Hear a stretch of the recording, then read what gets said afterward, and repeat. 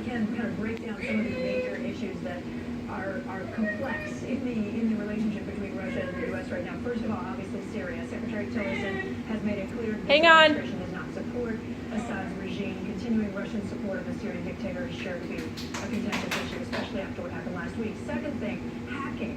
On Sunday, Secretary Tillerson called on Russia to end their practice of meddling in foreign elections, insisting that that kind of behavior undermines their relationship with the United States. And then finally, there's Ukraine, as Bill mentioned. Last month, Tillerson has insisted that U.S. sanctions on Russia will not be lifted unless Putin puts an end to the annexation of Crimea. It is fair to assume, I think, that that won't be received very well in Moscow.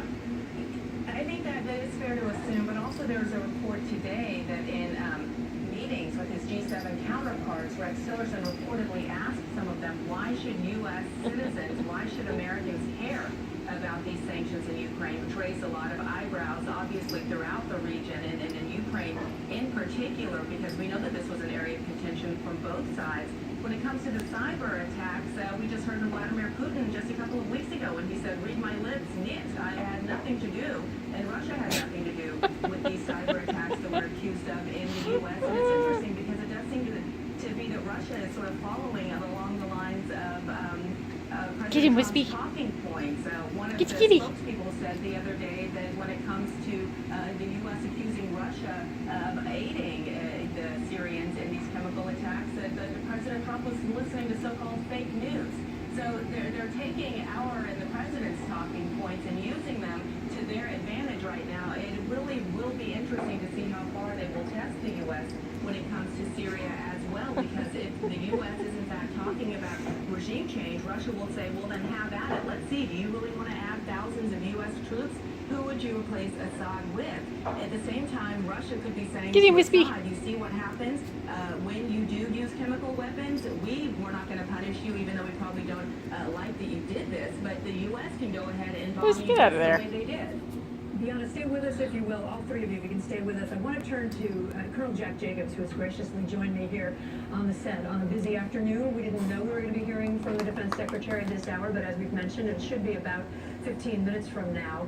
This is really his first big briefing before the cameras, and it comes at this moment of international unrest in a lot of places. What do you think? Is the timing coincidence? No, I don't believe in coincidences, especially in this environment. What do you think we hear from him? It's difficult to say initially. The question is, to what extent is he going to weigh in the dynamic between the White House on the one hand and Russia and North Korea on the other? And I think he's probably going to walk a very fine line because he wants to give Tillerson as much room as possible to do what he needs to do.